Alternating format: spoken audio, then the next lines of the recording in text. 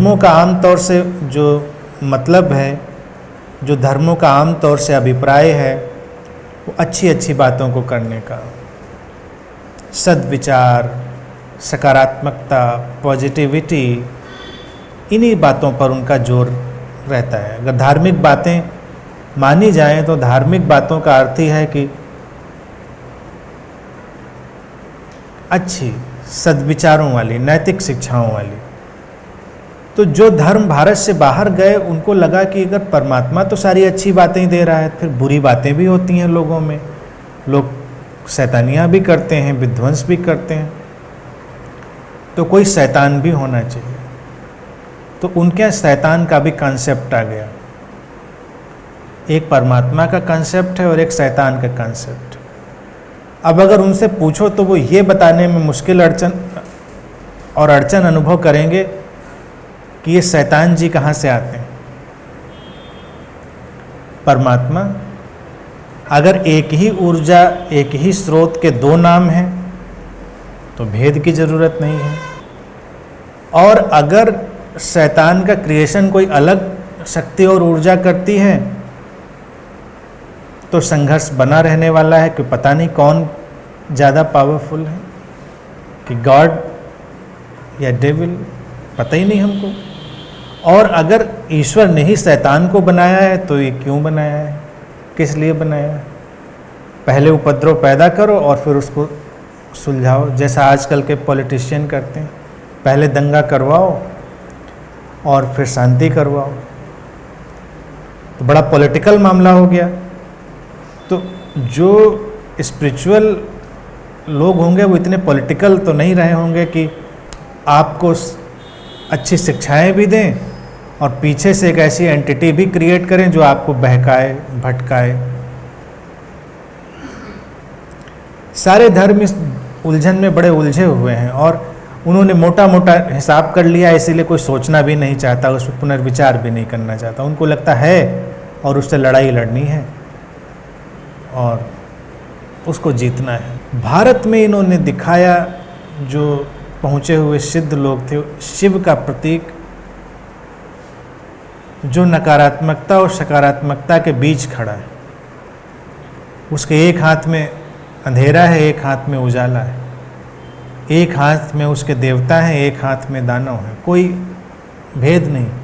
और वो किसी को ऊंचा नीचा नहीं चेतना समझती, क्योंकि शिव की अवस्था में पहुँचे हुए लोग ये जानते हैं एक ही चेतना के ये मैनिफेस्टेशन है, द्वैत, डुअलिटी के मैनिफेस्टेशन है, जो इस तरह से पैदा होते। डिस्ट्रक्शन और क्रिएशन सचमुच में क्या है ये हम नहीं जानते।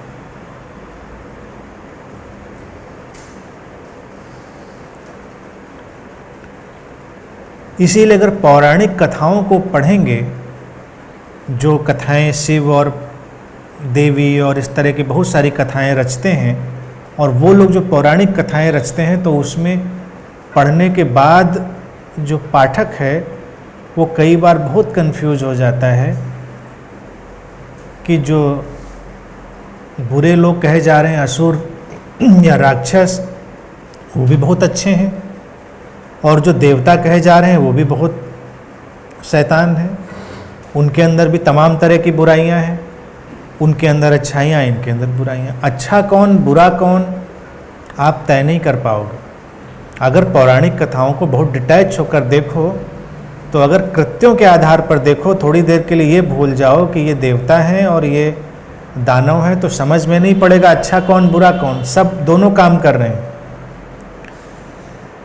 क्योंकि जिन लोगों ने कथाएं रची वो ये जान रहे थे ये द्वैत की, डुअलिटी की जो शक्ति है वो दोनों काम करा रही है, और उसी से, उसी धक्के से जीवन आगे बढ़ता है। सही और गलत का ठीक ठीक विभाजन मनुष्य के जीवन में नहीं होता। शिव को उस अवस्था का प्रतीक दिखाकर बहुत बड़े साहस का काम किया गया कि कोई भेद नहीं है और उसके हिसाब से ही इवोल्यूशन होगा, उसी के हिसाब से विकास होगा द्वैत के साथ।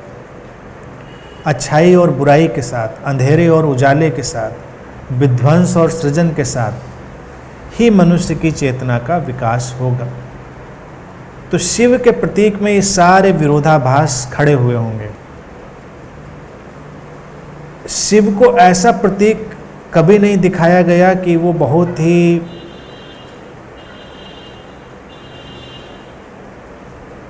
दुनिया से अलग और हमेशा रोशनी से भरा हुआ व्यक्ति जैसा कि हम मानते हैं। सारे उनके अंदर भी गुण हैं, सारे गुण उनके अंदर भी हैं। जैसे अभी ये संयोग ही है, सिंक्रोनिसिटी ही है कि हम लोग 3 दिन लगातार मिल रहे हैं, तीसरे दिन। और कल के पहले भी बात हुई डिटैच्ड पैशन की। भारत में शिव को ही उसका सबसे बड़ा सिंबल दिखाया गया, डिटैच्ड पैशन। वो पैशनेट लवर भी उनको दिखाते हैं और उनको बिल्कुल वैरागी मुक्त भी दिखाते हैं। अब 2 चीज़ें तो नहीं हो सकती, कोई पैशनेट लवर भी हो और बिल्कुल वैराग्य से भरा हुआ भी हो। ऐसा तो आम जिंदगी में देखने को नहीं मिलता। या तो व्यक्ति वैराग्य से भरा है, भागा हुआ है सब कुछ छोड़कर, या वो पैशनेट है। तो शिव में वो सिंबल डालते हैं डिटैच्ड पैशन, जो कि चेतना की एक बहुत ही उच्च अवस्था है, जो संभव है। तो सारे विरोधाभासों का संगम बनाकर उस सिंबल को, उस प्रतीक को क्रिएट किया गया, शिव का जो पूरा सिस्टम है। और ये ऐसे मास्टर्स का सिंबल है जो उस अवस्था में पहुँचे हुए हैं, जो द्वैत को जीकर, जानकर और अद्वैत में ठहर गए। वहाँ पर एक ठहराव आता है। जैसे आज के दिन की ऊर्जा का जो सिग्नेचर इफेक्ट है, जो आप लोग महसूस कर सकते हैं, वो ठहराव का है। अगर आप आंख बंद करेंगे, चाहे आज इस समय या आधी रात या किसी समय, तो जो कॉस्मिक मूवमेंट है ऊर्जाओं का, आपको महसूस होगा कि सब ठहरा हुआ है, कोई तरंग नहीं, कोई लहर नहीं, कंप्लीट स्टिलनेस। और उसके साथ ही एक अनडिफाइनेबल जॉय, एक अपरिभाषित आनंद उस ठहराव का। जो शिव की अवस्था के मास्टर्स रहे, उनके आसपास की ऊर्जा ऐसे ही ठहरी हुई होती। तुम 1000 प्रश्न लेकर उनके पास पहुंचोगे, लेकिन ऊर्जा इतनी ठहरी हुई है कि तुम पाओगे कि धीरे धीरे एक एक प्रश्न गिर रहा है, एक एक लहर गिर रही है, सब शांत हो रहा है। कई बार तुम्हारे पास कोई प्रश्न नहीं होगा, तुम्हारे पास कोई उत्तर भी नहीं होगा, लेकिन तुम्हारे पास समाधान होगा। तुम ठहरे हुए होगे।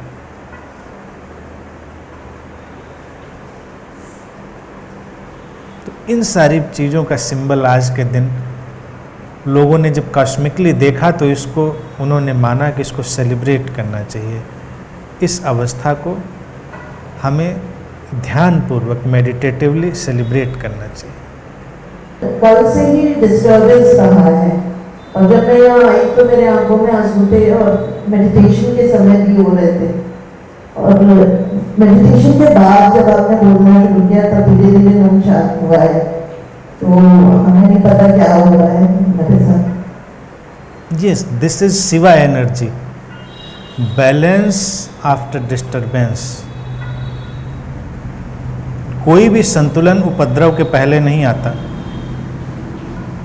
और जो उस टर्माइल को फेस नहीं कर पाते, वो संतुलन को भी नहीं जान पाते।